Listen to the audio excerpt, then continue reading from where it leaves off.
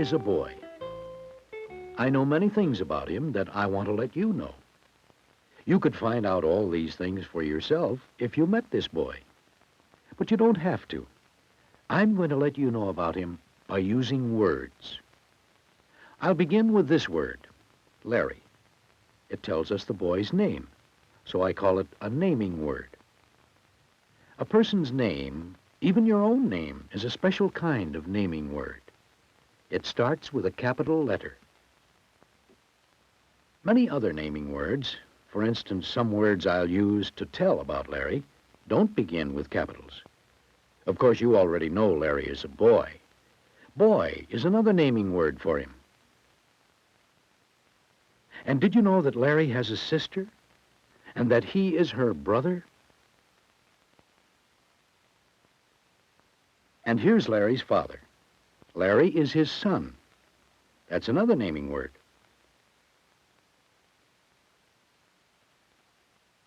To the boys Larry plays baseball with, he's a pitcher. And to those he plays football with, he's a halfback. You see, these are all naming words for a person, Larry. And there are also naming words for places and things. For instance, the clothes Larry wears are things. A cap, a shirt, and a jacket. With these naming words, I've let you know what Larry sometimes wears.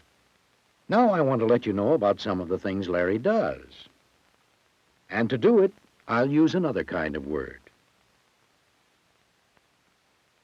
Larry sits.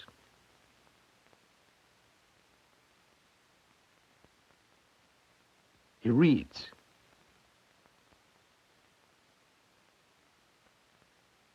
He laughs. He points. He hops. I call these words doing words.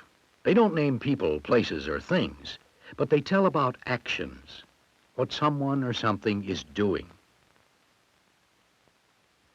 I can let you know more about Larry by using doing words along with naming words. For instance, Larry runs. Larry is a naming word. It tells part of an idea. Runs is a doing word. It tells another part of the idea. The two words together tell the whole idea, and other naming and doing words go together in the same way. For instance, you remember Larry is a halfback. That's a naming word. A halfback kicks. He sometimes throws.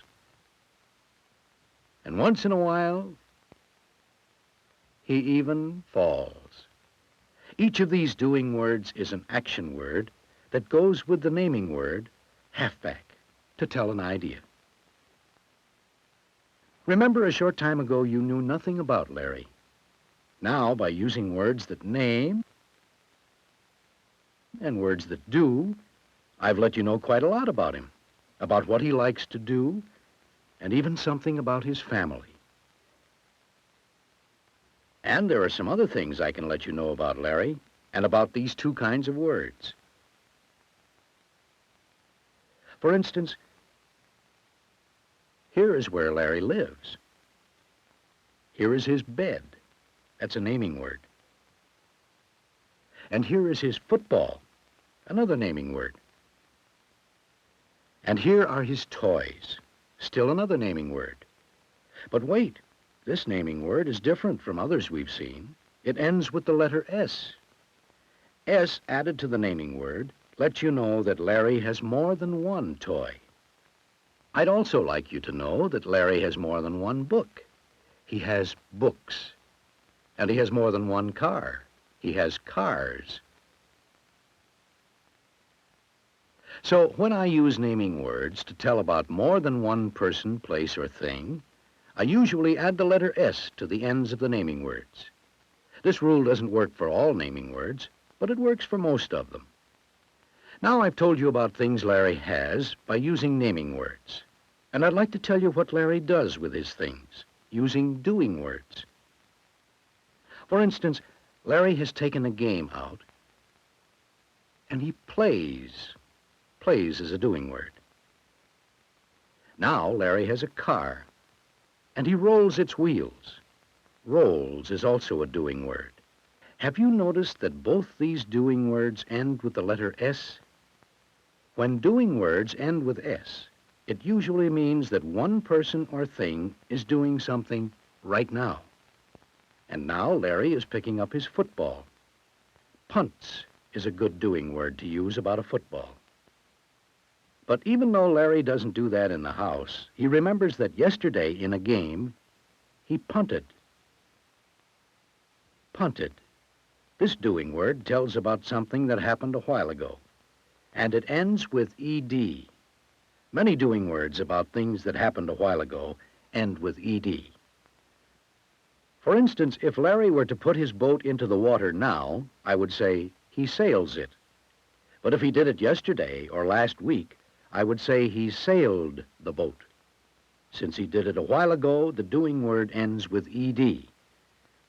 So to tell you about things Larry did a while ago in the past, I sometimes can add ed. So I can use naming words to tell about one person, place, or thing, a toy, or more than one person, place, or thing, toys. And I can use doing words to tell about things Larry does now, plays, or things he did a while ago, played.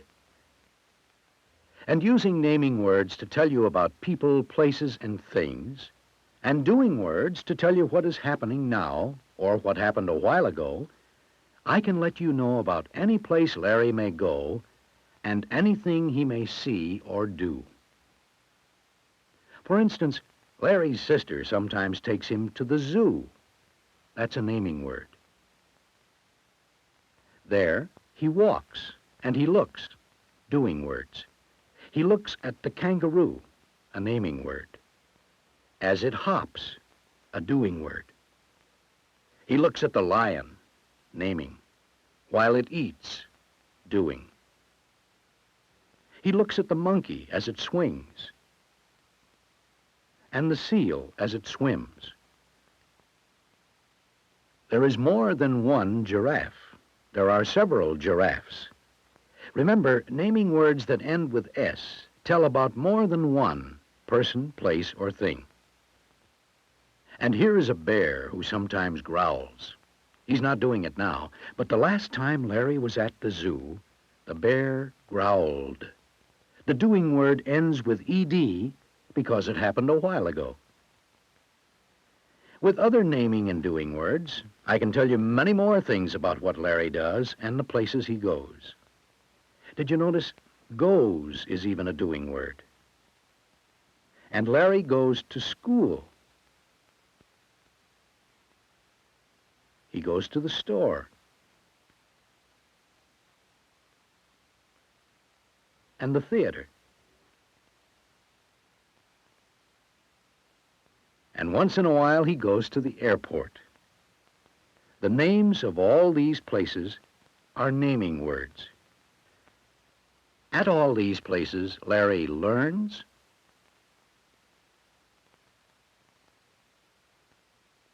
shops, eats,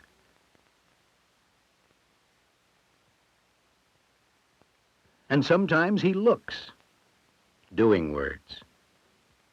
Using naming words and doing words, I've told you quite a lot about Larry and the things he does. And listening to me, you may have come to know him pretty well. Maybe there's something you want to let others know about. A place, a person, or a thing. And maybe you can do it by putting naming and doing words together.